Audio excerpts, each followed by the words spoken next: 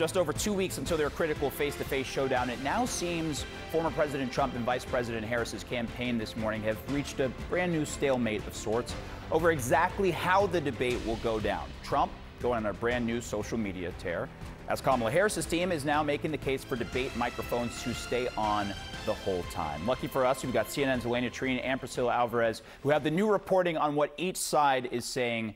All right, Elena, I want to go to you first. What is the latest from Team Trump? Right. Well, you're exactly right, Omar, because it does seem like the Trump campaign and the Harris campaign have reached somewhat of an impasse as it relates to the debate rules for that ABC debate on September 10th. Part of that is about the microphones being muted. Remember, back in June for that June 27 CNN debate between Trump and Biden, there were a whole host of different rules that they had agreed to, including having the microphones be turned off when one of the candidates was not speaking.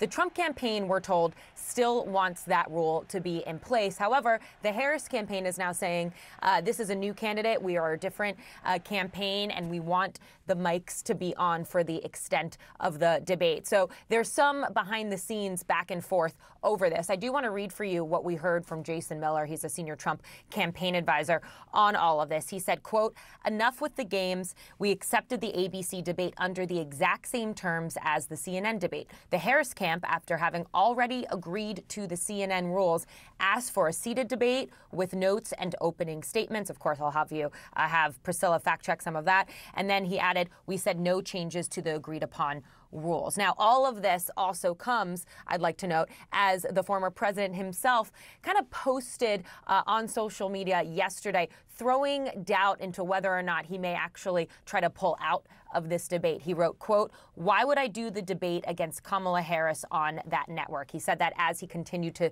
he said he was watching the Sunday show yesterday on ABC, was slamming some of the key people at the network. So all of this kind of throwing questions into what exactly is this ABC debate going to look like. But I do just want to add, Omar, that, this isn't entirely surprising. We know that the Trump campaign has been very critical of the debate rules in the past. We saw that in the lead up to the CNN debate. We're also seeing the former president himself do exactly the same thing as last time as well, which is trying to throw doubt on whether the debate will be fair, to argue that the network is biased, to argue that the cards are stacked against him. This is exactly what we're seeing him do with this debate as well, trying to kind of pre-butt whatever is going to happen. And I can tell you from my conversations with Donald Trump's senior advisors, they privately acknowledge that they are more concerned about this debate than they were about the one with Biden. Harris is an entirely different opponent. They're not exactly sure what this is going to look like. So some of that is also, I think, contributing to all of this behind the scenes. Yeah, look, a lot to keep an eye on that front. I want to bring in Priscilla into this because obviously a whole aspect of this is what is the Harris campaign saying? Takes two to tango here. So what are they saying? What are their concerns with this debate coming up? Omar, I'm told that the only remaining dispute in this drama, this back and forth, is whether the mics are going to be on. The Harris campaign wants them to be on. Of course, the debate rules, when they were set, were with a different candidate. That was President Joe Biden. Now, the Harris campaign says that they want these mics to be on. And in a statement, a senior campaign official saying the following, quote, "Our understanding is that Trump's handlers prefer the muted microphone because they don't think their candidate can act presidential for 90 minutes on his own." The statement goes on to say that they don't think he can handle himself against Vice President Harris without the benefit of a mute button. So they are needling former President Donald Trump a little bit here, but they also are pushing back against some of what you heard there from the Trump campaign, that the Harris campaign wanted the two candidates to be seated and for there to be notes. They say that is not the case, and while they are open to having opening statements, that is not something that they are insisting on. Again, the bottom line here is that this feud is about the mics being on or off over the course of the debate. Now, I will also note that the next couple of weeks, I've been told, are very focused on debate preparations. This is something that the vice president already started earlier this month and something that she is going to be doubling down on in the days to come. Of course, recognizing that this is likely a large audience to tune in for this debate, and it gives her the opportunity to go toe-to-toe against former President Donald Trump. And while she does do that, there will be travel, perhaps not as much as earlier this month. This week, for example, she will go to Georgia with her vice presidential nominee, Tim Walz. That is a state, of course, that President Biden only won by less than 12,000 votes. So it is going to be one of the battlegrounds that is closely watched this election cycle, and one that they are using to kick off after the Democratic National Convention. Omar. And Priscilla, obviously one major question that has been circulating over the course of the quick launch of her campaign, now post DNC, is prior to this debate, will she sit down for an interview and answer some questions over potentially some of her changed past positions? Do we know the latest on that front at all, if there are any plans on the books even? They have not yet provided any details on when exactly that will happen, but as you know, the messaging from the campaign was that there would be an interview before the end of the month. Of course, the month ends this week, and we still don't yet have any clarity on when or if she will be doing that sit-down interview. But certainly that is an observation that many have made, because a lot of the campaign over the last month has been very choreographed with these stops, these rallies, the Democratic National Convention. So while she has spoken to press over the course of those rallies and gaggles as rallies end, she has not yet done that formal sit-down interview, which would be less choreographed simply because it is an interview. So you would have the journalist asking the questions there. So we're still waiting to see if we get more details on that. But certainly the timeline that was provided earlier this month is coming now to a close.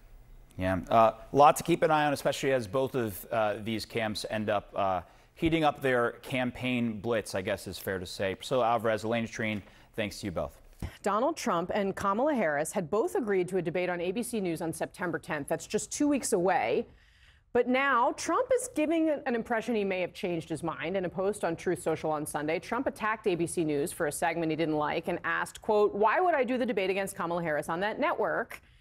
And now there is new uncertainty behind the scenes, too. In a statement this morning, Brian Fallon with Kamala Harris tells me this, quote, "We have told ABC and other networks seeking to host a possible October debate that we believe both candidates' microphones should be live throughout the full broadcast. Our understanding is that Trump's handlers prefer the muted microphone because they don't think their candidate can act presidential for 90 minutes on his own. We suspect Trump's team has not even told their boss about this dispute because it would be too embarrassing to admit that they don't think he can handle himself against Vice President Harris without the benefit of a mute button." Now, of course, let's remember that Harris has used hot microphones to her own advantage in debates past. Watch.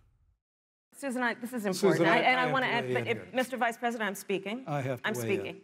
Feel the Trump tax cuts. Mr. Vice President, I'm speaking. Well, wait, I'm speaking. If you don't mind letting me finish, we can then have a conversation. Okay? Please. Okay. And that, of course, Alex, became a sort of iconic moment for her, like it was plastered on T-shirts, etc. But very interesting back and forth here in the final. I mean, that Fallon statement is clearly written to get a rise out of Donald Trump himself, right? Yeah, I mean, after this summer, let no one ever say again that debates do not matter, which is why you are having this fight over these small details. Now, what's also really interesting is not just that she's used the hot mic to great effect in the past, but also you have to remember Joe Biden wanted the mute button for the first debate. They set those rules for that first debate, and because they didn't want a repeat of the first debate from 2020 when Trump just sort of ranted and raved. So this was the Joe Biden's idea. The problem was that then the Trump campaign was like, okay, we're actually going to make him, as Fallon indicated, disciplined. And it actually made him seem more sober than he often comes across. Yeah. What do you think? I mean, look, when Kamala took over the ticket, they're trying to have it both ways. Because remember, when Trump took over the ticket, they told the Trump campaign, "We've already agreed to the ABC debate on September 10th," and they were like saying, "Well, we can renegotiate a little bit on what the debate is." Now they're flipping it and saying, "Well, just because you agree to the debate doesn't mean we agreed to the rules." Look, she wants the hot mic moment because what she's had, if you remember the first debate with Joe Biden, the I'm speaking, she loves to create these little memeable moments that are kind of based off stock lines that she's practiced and kind of her team is prepared for. They already the t-shirts printed up. So she's trying to draw out Trump with some of this stuff. Yeah, at the end of the day, though, does this really matter? When they go to debate, that's what, I mean, the American people deserve a debate. They deserve to hear the issues being fought, to have a discussion. So I don't think at the end of the day this matters. I think it's just more political, insider baseball stuff. It's fun to talk about all the things. 3 weeks. It's what we're going to talk about the next week. But at the end of the day, it really doesn't matter. I think the important thing is to have a debate and to have them have a discussion about the issues.